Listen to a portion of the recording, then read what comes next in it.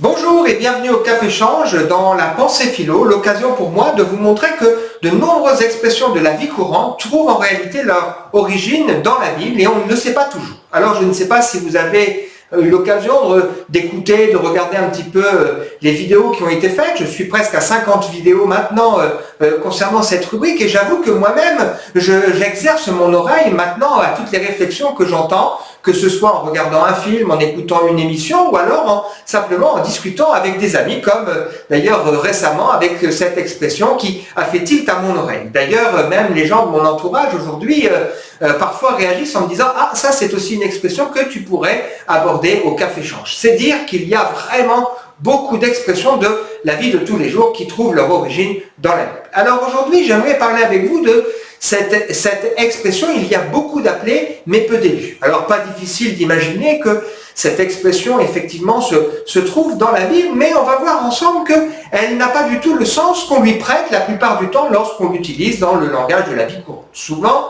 lorsqu'on dit à une personne, tu sais, il y a beaucoup d'appelés, mais peu d'élus, c'est pour dire à cette personne, bon voilà, tu n'as pas été retenu, mais ce n'est pas forcément de ta faute. Il y a beaucoup de gens qui sont appelés et finalement, il y a peu de place et il y a peu d'élus.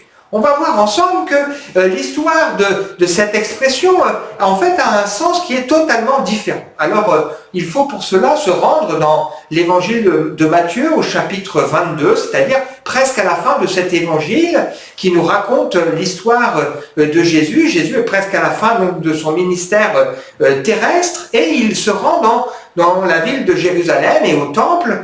Et là, il est comme, malheureusement, c'est arrivé souvent, il a les personnages religieux qui sont gênés par les interventions de Jésus et qui essayent de le piéger. Alors qu'ils viennent le trouver, lui posent différentes questions, et puis Jésus va donc donner plusieurs histoires de la vie, des paraboles, pour faire réfléchir ces gens religieux. Ils comprennent bien que Jésus s'adresse à eux et ils ne sont pas contents, alors ils essayent de se saisir de lui, mais ils craignent la foule et ils ne savent pas trop comment s'y prendre. Alors Jésus termine en leur donnant en particulier une histoire, une parabole concernant un repas de noces organisé par un roi.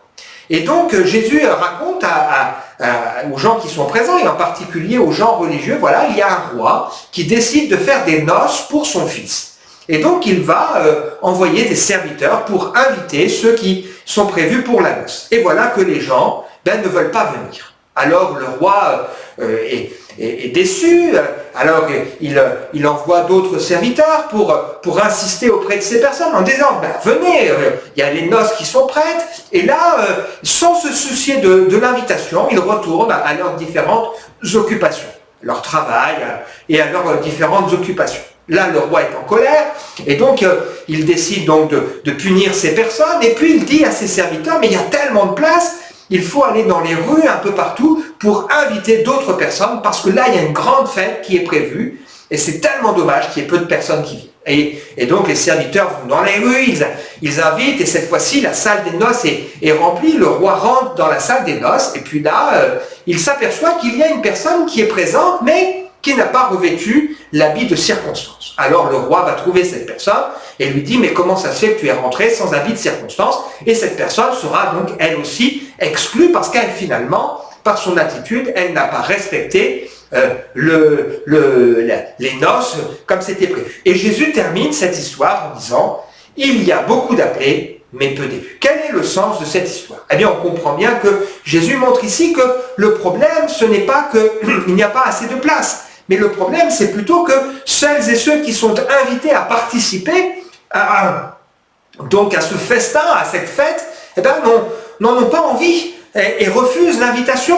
Je préfère se préoccuper de leurs occupations quotidiennes et refusent quelque part l'invitation. Et puis l'histoire de cet homme qui lui vient et puis qui n'a pas les habits, eh bien c'est une façon pour Jésus de nous expliquer que le projet de Dieu, c'est d'inviter les hommes, les femmes, quels qu'ils soient, à pouvoir participer à la grande fête qui concerne aussi son royaume, mais que pour cela, eh bien, effectivement, il y a quand même un minimum, et ce minimum, c'est de pouvoir être revêtu, pardonné de laver, revêtu, lavé, pardonné de ses péchés, ce que Jésus est venu faire. Il n'est pas venu pour condamner, mais il est venu sauver. Je dirais que cette parabole, cette histoire, c'est l'histoire des différents mais ils ne s'en sont pas souciés, mais ils sont partis à leurs différentes occupations, mais ils n'avaient pas revêtu l'habit qui convient. Mais il y a beaucoup d'appelés, mais il y a peu d'élus. Voilà, c'était l'histoire de cette expression. Il y a beaucoup d'appelés, mais peu d'élus. À très bientôt!